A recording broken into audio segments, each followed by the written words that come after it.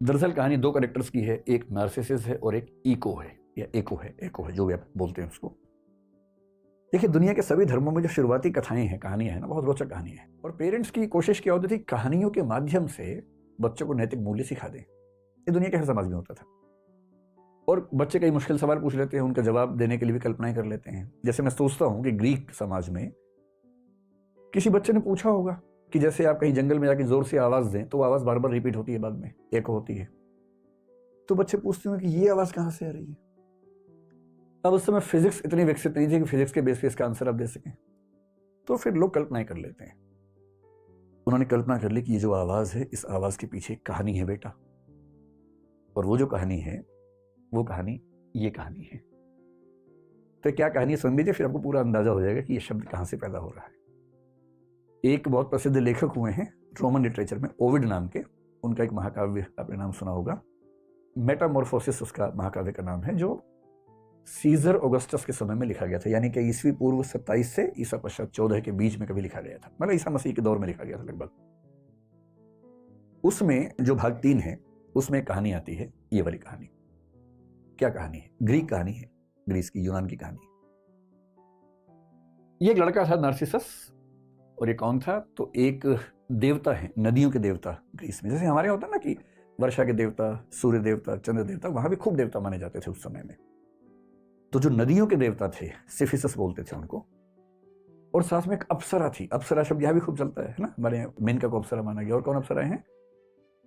उर्वशी है, रंभा है ना। अप्सराओं की कहानी यहाँ भी है, वहां भी होती है अप्सरा की कहानी। निम्फ बोलते हैं, NYMPH, निम्फ का मतलब होता है अप्सरा ग्रीक लिटरेचर में। तो एक अप्सरा थी वहां जिसका नाम था लिरियोपे।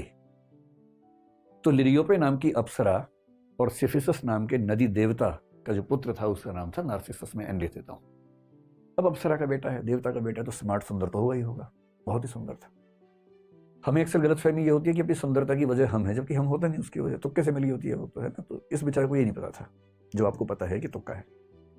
इतना सुंदर था कि इस पे वो गाना सूट करता है, मैं इतना सुंदर हूं, मैं क्या करूं क्या करूं। सच में सूट करता है। इतना सुंदर था कि जो इसको देखता था पागल हो जाता था, इतना सुंदर। पर जितना सुंदर था उतना घमंडी भी था, घोर अहंकारी। अब कई लड़कियां इसको प्रपोज करती थी। भाई, अगर कोई आपको प्रपोज करे, मान लीजिए, और आप नहीं पसंद करते हैं, तो कायदे से, विनम्रता से, डिसेंसी के साथ मना कर सकते हैं।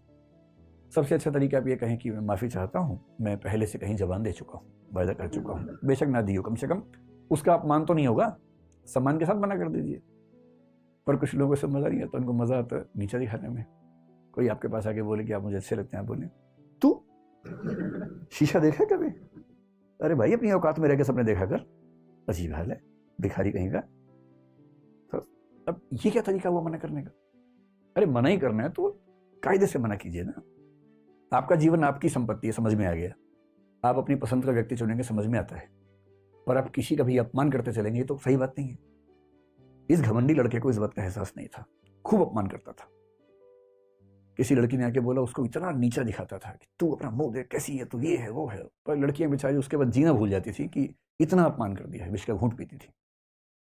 अच्छा, एक कहानी पढ़ के लगता है कि उस समय के ग्रीक समाज में शायद होमोसेक्सुअल रिलेशनशिप्स को लेकर भी बहुत तनाव नहीं था। क्योंकि कहानी में ये भी आता है कि एक लड़का भी इस पे दीवाना हो गया था। वो लड़का बोला कि तलवार, मतलब वो आया उसके पास कि मैं आपके लिए जान दे सकता हूँ, मैं कुछ भी कर सकता हूँ, मैं चाहता हूँ आपके साथ जीना।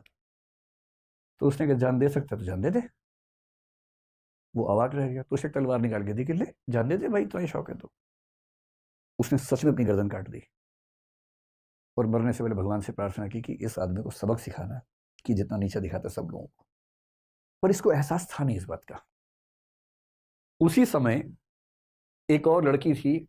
वो लड़की एक अप्सरा थी बेसिकली। उसका नाम था एको, या इको कह लीजिए। खूब अच्छा बोलती थी, बहुत सुंदर थी। और एक देवी वीनस ने उसको एक बार कहा था कि तुम सबसे सुंदर अप्सराओं में से एक हो। बड़ी तारीफ की उसकी। बड़ी चंचल थी, खूब बोलने में शौकीन थी। एक बार इसने क्या किया कि देवताओं के एक देवता वहां बृहस्पति नाम के, जुपिटर जिनको हम बोलते हैं, जुपिटर के साथ एक खेल कर दिया। जुपिटर की पत्नी जूनो, उसको क्या कर दिया, आजकल की भाषा में क्या बोलेंगे उसको, वो जो सोशल मीडिया में दिखता है, प्रैंक। हाँ, प्रैंक कर दिया, उसके साथ प्रैंक कर दिया। तो जूनो को गलत फहमी पैदा कर दी कि उसका पति बाजार गया हुआ है, जबकि वो गया नहीं हुआ था। और जूनो गुस्से वाली थी, चिढ़ गई कि तुम मेरे साथ प्रैंक करेगी, मैं तुझे श्राप देती हूँ। तो श्राप यहाँ नहीं होता, वहां भी होता था श्राप, हर जगह होता है। मैं तुझे श्राप देती हूँ। श्राप क्या, 2 श्राप दे दिए।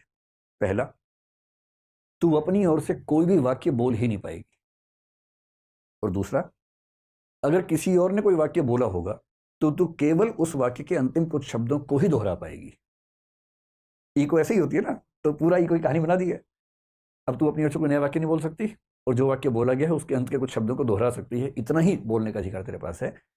उसके बाद से बेचारे सोचिए, इतनी सुंदर योग्य युवती थी और बेचारी बोल नहीं पाती है। खैर, जिंदगी जी रही थी किसी तरह से। एक दिन नार्सिसस अपने दोस्तों के साथ शिकार खेलता हुआ जंगल में गया। और जब जंगल में गया तो बाई चांस ऐसा हुआ कि अलग हो गया, इसके दोस्त कहीं चले गए, ये गुम हो गया। अब ये अकेला घूम रहा जंगल में, वहीं इको घूम रही थी। उसने इसको देखा, वो भी दीवानी हो गई इसकी, और पागल हो गई एकदम। इतना सुंदर था ये, वो भी अप्सरा है, कम नहीं है, ये तो अप्सरा का पुत्र है, देवता का पुत्र है। अब वो दीवानी बन बन के पीछे घूम रही है, सामने नहीं आ रही है अभी। अच्छा, इसको एहसास हो रहा कोई है आसपास, पेड़ों की आवाज से, पत्तों की आवाज से। तो उसने कहा कौन है, उसने क्या कहा कौन है, क्योंकि बोल नहीं सकती। इसको लगा जी पहली कोई खेल रहा है मेरे साथ। फिर इसने कहा सामने आओ, उसने कहा सामने आओ। तब इसने कहा भाई इतना छुपने की क्या जरूरत है, हमें एक दूसरे से बात करनी चाहिए। तो उसका जवाब आया बात करनी चाहिए।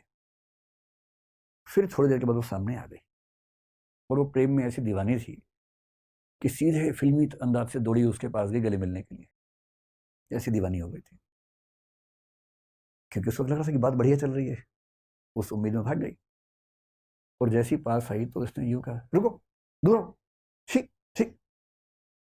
फिर बोला कि इससे पहले मैं मर जाना पसंद करूंगा बजाय ये कि तुम मेरे शरीर का आनंद लो। वो बेचारी इको क्या बोली, तुम मेरे शरीर का आनंद लो। बात और बिगड़ गई इससे। और ये वाक्य जैसे उसके मुंह से निकला, उसको खुद इतनी शर्मिंदगी हुई अपने ऊपर, रोती हुई खून के आंसू रोती वहां से भागी, और इसे धिक्कार के भगा दिया। उसका स्पर्निंग बोलते हैं अंग्रेजी में, धिक्कार करके भगा दिया। ये अपनी औकात देख, अपना मुंह देख। जब वो रोती हुई गई तो उसकी सहेलियां जो थी अप्सराएं, वो चली गई एक देवी के पास। नेमेसिस नाम था उन देवी का। ग्रीक लिटरेचर में नेमेसिस का मतलब है रिवेंज की देवी, प्रतिशोध की देवी। प्रतिशोध की भी एक देवी है उनके यहाँ। ये सहेलियां गई, उनका कि देखो ये जो लड़का है ना बहुत बदतमीज है, इसने हमारी सहेली का दिल दुखाया है। पहले कितने लोगों का दिल दुखा चुका है, कितने लोग तो बेचारे जान दे चुके हैं इस चक्कर में। आप प्रतिशोध लो इससे। तो देवी ने कहा अच्छा ठीक है, इसका अकाउंट शुरू करते हैं। और फिर एक दिन ये फिर से शिकार करने गया तो देवी ने एक जाल बुना इसके लिए, नेमेसिस ने। और इसको प्यास लगी बहुत जोर से। पानी ढूंढते ढूंढते जब आगे बढ़ा, वहां एक पूल था, तालाब समझ लीजिए, सुंदर सा तालाब था। पर तालाब इस तरह से बना हुआ था कि उसमें कुछ कदम रख के, मतलब तालाब समझ लीजिए कि इस तरह का तालाब था। ये संभव नहीं था कि अब इसमें 2 कदम चले जाएं, बहुत गहरा तालाब था। तो यहां लेट के फिर पानी निकालने की स्थिति थी ऐसे करके। तो ये पेट के बल लेटा नीचे से पानी निकालने के लिए, पीने के लिए। और जैसे ही लेटा, इसको अपनी ही परछाई देखी पानी के अंदर। वैसे जब ये पैदा हुआ था, एक साधु को बुलाया गया था। साधु से पूछा गया कि इस बच्चे का भविष्य क्या होगा। जैसे हमारे यहाँ होता था, वहां भी होता था, बच्चे का भविष्य क्या होगा। साधु ने कहा कि जब तक ये अपने आप को नहीं जानेगा तब तक इसका जीवन बहुत अच्छा रहेगा। जिस दिन इसने खुद को जान लिया, मुश्किल हो जाएगा। और आज उसने पानी में अपने रिफ्लेक्शन को देख लिया। जैसी देखा, ये खुद दीवाना हो गया। अच्छा, इसको ये नहीं पता था कि वो रिफ्लेक्शन है। उस समय तक विज्ञान उतना विकसित नहीं था कि समझ जाए कि रिफ्लेक्शन है। उसको लगा कोई और है, पानी के अंदर का देवता है शायद कोई। ये इतना पागल हो गया, जितनी पागल इको हुई थी इसके लिए, उतना ही पागल हो गया। और सहेलियों ने ये कहा था कि इसको भी ये पीड़ा समझ में आनी चाहिए कि जब हम किसी से प्रेम करते हैं और वो जब हिकारत से बात करता है तो कैसा लगता है। अभी बेचारा उससे कह रहा तुम कौन हो दोस्त, वो जवाब ही नहीं दे रहा। मजे की बात है, एक लड़का एक लड़के से ही कह रहा है, और ग्रीक लिटरेचर में इस बात को लेकर तनाव नहीं है उस समय। ये फिर कह रहा है कि मैं तुमसे मिलना चाहता हूं, जवाब ही नहीं दे रहा। खूब रिक्वेस्ट कर करके मर गया, जवाब ही नहीं आता था अंदर से। अब ने बोला कि अगर तूने मुझे जवाब नहीं दिया तो इस जीवन का लाभ ही क्या है। और पीछे पेड़ के पीछे खड़ी होकर सुन रही है इको। उसको खुशी हो रही है कि आज इसको समझ में आई बात। और अंत में इसने तय किया कि अगर मैं इसके साथ जीवन नहीं गुजार सकता हूं तो ये जीवन बेकार है, और उसने अपने जीवन को समाप्त कर लिया। और अंतिम वाक्य क्या बोला? अलविदा, फेयरवेल। और पीछे से ईको ने क्या कहा? अलविदा। ये खत्म हो गया, आत्ममुग्धता में खत्म हो गया, अपनी ही सुंदरता को नहीं झेल पाया। ईको तो अप्सरा थी, तो शाश्वत थी, मॉर्टल नहीं थी, इमॉर्टल थी। लेकिन फिर एक कहानी बढ़ाई गई कि उसका शरीर खत्म हो गया, उसकी हड्डियां बन गई पत्थरों की तरह से, लेकिन उसकी आवाज बची रही। और आज भी दुनिया में जब कोई कुछ बोलता है तो पीछे कुछ शब्द रिपीट हो तो समझ लो कि ईको नाम की देवी वहां पर मौजूद है। यह है नार्सिसस नाम के बहुत सुंदर किंतु बहुत ही घमंडी आदमी की कहानी।